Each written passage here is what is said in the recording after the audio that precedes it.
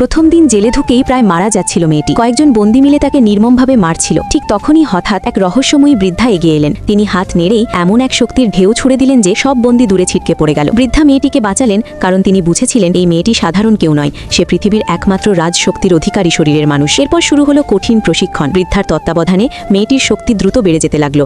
মাত্র এক সপ্তাহের মধ্যে যারা তাকে অপমান করেছিল সবাই তার সামনে মাথা নিচু করে দাঁড়াতে বাধ্য হলো। এরপর কেটে গেল 3 বছর। 3 বছর পর যখন মেয়েটি জেল থেকে বেরোলো তখন সে আর আগের দুর্বল মানুষটি নেই। যারা তাকে একসময় অপমান করেছিল সবাইকে শাস্তি দেওয়ার জন্য সে প্রস্তুত। কারণ 3 বছর আগে গাড়ি দিয়ে মানুষ চাপা দিয়েছিল তার ছোট বোন, কিন্তু কান্না আর নাটক করে সব দোষ চাপিয়ে দিয়েছিল এই মেয়েটির উপর। অবাক করার মতো বিষয় হলো বাড়ি ফিরে সে পরিবারের কাছ থেকে ক্ষমা পেল। মা বাবা দুঃখ প্রকাশ করে বলল তারা নাকি তার জন্য একটি ভালো বিয়ের ব্যবস্থা করেছে। মেয়েটি তখন বুঝে গেল এটা আসলে ভালোবাসা নয়, এটা তাকে আবারও ব্যবহার করার নতুন ফাঁদ। ঠিক তখন বাবা যে ছেলের নাম বলল তা শুনে মেয়েটি থেমে গেল, কারণ এই মানুষটিকেই সে খুঁজছিল। তার গুরু বলেছিলেন তার শরীরের ফিনিক্স হাড় একসময় কেউ কেড়ে নিয়েছে। বাঁচতে হলে তাকে এমন একজন পুরুষকে খুঁজে বের করতে হবে যার শরীরে আছে সূর্য শক্তির বিশেষ ক্ষমতা। আর সেই মানুষটি হলো উত্তর শহরের সবচেয়ে ধনী পরিবারের ছেলে। মেয়েটি সঙ্গে সঙ্গে বিয়েতে রাজি হয়ে গেল, কিন্তু সে একটা শর্ত দিল, তার আসল বাবা মা কারা সেটা তাকে জানতে হবে, কারণ তার শক্তিশালী শত্রু আছে। তাই তার জন্মও সাধারণ পরিবারে হতে পারে না। পরের দিন মেয়েটি নতুন পোশাক পরে স্বামীর বাড়িতে চলে গেল, কিন্তু ঘরে ঢুকেই সে অবাক হয়ে গেল। ঘরটা যেন বরফের মতো ঠান্ডা, আর বিছানায় শুয়ে থাকা মানুষটির শরীরের তাপমাত্রা ভয়ঙ্কর কম। সে বুঝতে পারল